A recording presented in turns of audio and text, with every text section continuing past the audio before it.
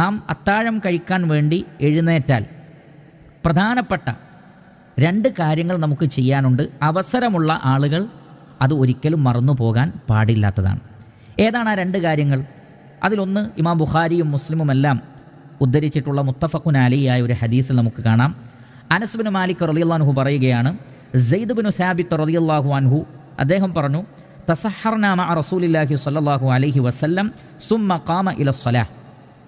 ഞങ്ങൾ നബി സല്ലല്ലാഹു അലൈഹി വസല്ലമയുടെ കൂടെ അത്താഴം കഴിച്ചു, എന്നിട്ട് ഞങ്ങൾ ഫജ്ർ നമസ്കരിക്കാൻ വേണ്ടി എഴുന്നേൽക്കുകയുണ്ടായി, അല്ലെങ്കിൽ അള്ളാഹുവിൻ്റെ റസൂൽ എഴുന്നേറ്റു. അപ്പോൾ ഉടനെ തന്നെ അവിടെ അനസ് ബിൻ മാലിക് റളിയല്ലാഹു അൻഹു ചോദിച്ച ഒരു ചോദ്യം, കം കാന ബൈനൽ അദാനി വസ്സഹൂർ, അത്താഴം കഴിച്ചതും ഫജ്റിൻ്റെ ബാങ്കും തമ്മിൽ എത്ര സമയം ഗ്യാപ്പുണ്ടായിരുന്നു? കാരണം അത്താഴം പിന്തിപ്പിക്കുക എന്നുള്ളത് നബി സല്ലല്ലാഹു അലൈഹി വസല്ലമയുടെ ചര്യയാണ്. അപ്പോൾ അത്താഴം കഴിച്ചു ഉടനെ തന്നെ നമസ്കരിക്കാൻ വേണ്ടി എഴുന്നേറ്റിട്ടുണ്ടെങ്കിൽ വളരെ കുറഞ്ഞ സമയമേ ഉണ്ടാവുകയുള്ളൂ. അപ്പോൾ അതറിയാൻ വേണ്ടി, ആ ഒരു സുന്നത്ത് മനസ്സിലാക്കാൻ വേണ്ടി അദ്ദേഹം ചോദിച്ചതാണ്, കം കാന ബൈനൽ അദാനി വസ്സഹൂർ, അത്താഴത്തിനും ബാങ്കിനും ഇടയ്ക്ക് എത്ര സമയമുണ്ടായിരുന്നു?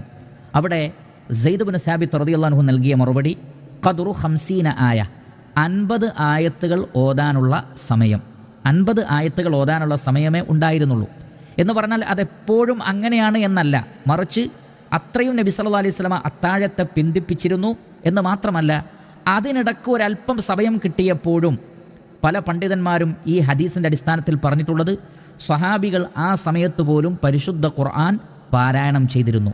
കാരണം റമളാനിൻ്റെ രാപ്പകലുകൾ അവർ നിരന്തരമായി ഖുർആൻ പാരായണം ചെയ്യുന്നവരായിരുന്നു.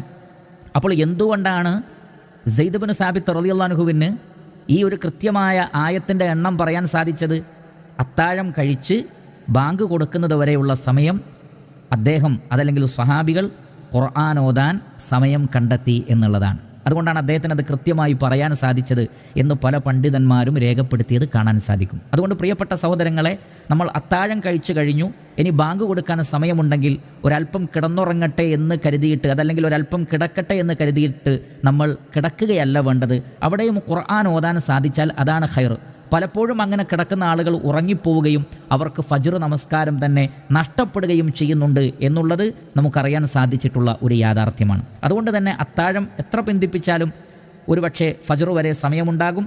അത്തരം സന്ദർഭത്തിൽ അവർ ചെയ്യേണ്ടത് പരിശുദ്ധ ഖുർആനിൽ നിന്ന് സാധിക്കുന്നത്ര പാരായണം ചെയ്യുകയാണ്. ഇതാണ് ഒരു കാര്യം.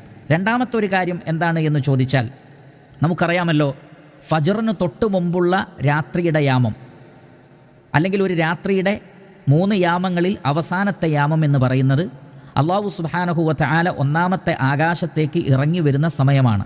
മുത്തവാത്തിറായ ഒരു ഹദീസിൽ ബുഖാരിയും മുസ്ലിമും മറ്റു മുഹദ്ദിസുകളുമെല്ലാം തന്നെ ധാരാളം സ്വഹാബികളിൽ നിന്നും മറ്റും ഉദ്ധരിച്ച മുത്തവാത്തിറായ ഒരു ഹദീസിൽ നമുക്ക് കാണാൻ സാധിക്കും.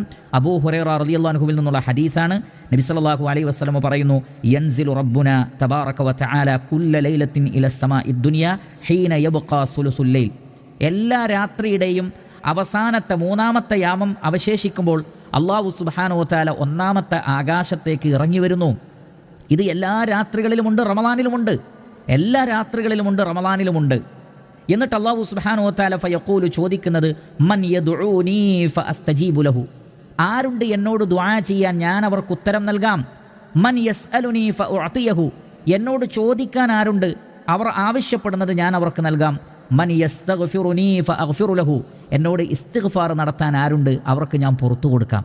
നോക്കൂ നിങ്ങൾ, റമളാനിൻ്റെ ഒരു പ്രത്യേകത തന്നെ ദുആയുടെ മാസം കൂടിയാണല്ലോ റമളാൻ. നോമ്പുകാരൻ്റെ ദുആ അല്ലാഹു സുബ്ഹാനഹു വ തആല സ്വീകരിക്കും. അതേപോലെ തന്നെ നോമ്പുകാർക്ക് എല്ലാ രാവും പകലും ഉത്തരം നൽകപ്പെടുന്ന ഒരു പ്രാർത്ഥനയുണ്ട്. ആ റമളാനിൻ്റെ പ്രത്യേകത ഉണ്ടായിരിക്കെ തന്നെ എല്ലാ ദിവസവുമുള്ള ഒരു കാര്യമാണിത്. അല്ലാഹു സുബ്ഹാനഹു വ തആല 1-ാമത്തെ ആകാശത്തേക്ക് ഇറങ്ങി വന്നിട്ട്, എന്നോട് ദുആ ചെയ്യാൻ ആരുണ്ട്, ഞാൻ ഉത്തരം നൽകാം. എന്നോട് വല്ലതും ചോദിക്കാൻ ആരുണ്ട്, അവർക്ക് ഞാനത് നൽകാം. എന്നോട് പാപമോചനം തേടുന്നവർക്ക് ഞാൻ പുറത്തു കൊടുക്കാം എന്നൊക്കെ നമ്മുടെ റബ്ബ്, റഹ്മാനായ റബ്ബ്, രാജാതിരാജനായ റബ്ബ് 1-ാമത്തെ ആകാശത്തേക്ക് ഇറങ്ങി വന്ന് നമ്മളോട് ചോദിക്കുമ്പോൾ ആ ഒരു അവസരം എന്ന് പറയുന്നത് വളരെ വലിയൊരവസരമാണ്. അതുകൊണ്ട് തന്നെ അത്താഴത്തിന് എഴുന്നേറ്റ് കഴിഞ്ഞാൽ ധാരാളമായി ദുആ ചെയ്യുവാൻ വേണ്ടി ശ്രമിക്കുക. അത്താഴം കഴിച്ചു കഴിഞ്ഞിട്ട് സമയമുണ്ടെങ്കിൽ ഒന്നുകിൽ ഖുർആൻ ഓതുക, അല്ലെങ്കിൽ അല്ലാഹു സുബ്ഹാനഹു വ തആലയോട് നമ്മുടെ ആവശ്യങ്ങളെല്ലാം പറഞ്ഞുകൊണ്ട് ദുആ ചെയ്യുക.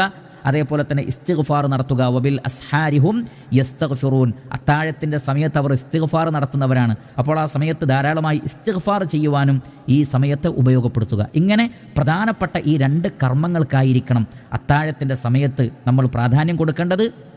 അതേ സന്ദർഭത്തിൽ അത്താഴം കഴിക്കുക എന്നുള്ളതും വളരെ പ്രധാനപ്പെട്ട കാര്യമാണ്, വളരെ പ്രധാനപ്പെട്ട സുന്നത്താണ്, ബറക്കത്താണ് എന്നുകൂടി മനസ്സിലാക്കുക.